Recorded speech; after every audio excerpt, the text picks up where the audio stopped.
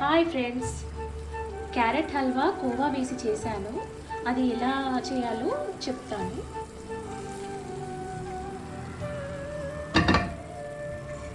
ప్యాన్లో 2 table spoon నెయ్యి వేసుకోవాలి.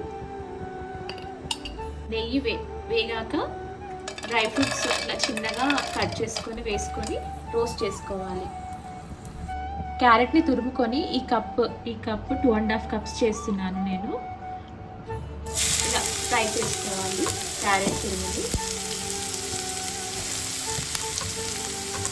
క్యారెట్ని ఇలా పచ్చివాసన లేకుండా నెయ్యిలో ఇలా బాగా వేయించుకోవాలి. క్యారెట్ వేగాక 2 కప్స్ ఇంటిలో బాగా ఉడికించాలి క్యారెట్ తురుముని.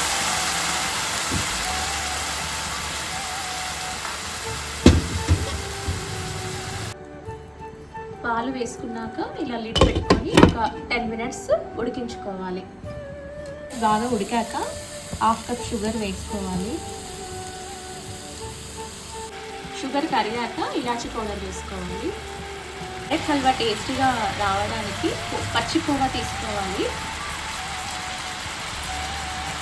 ఇలా వేసుకొని ఫ్రై చేసుకోవాలి. కోవా కరిగాక ఇలా ఘీ ఇలా బయటికి ఇలా వస్తుంది కదండి, అప్పుడు క్యారెట్ హల్వా రెడీ అయినట్టు. గార్నిష్కి ఇలా డ్రై ఫ్రూట్స్ వేసుకుంటే చాలా టేస్టీగా ఉంటుంది.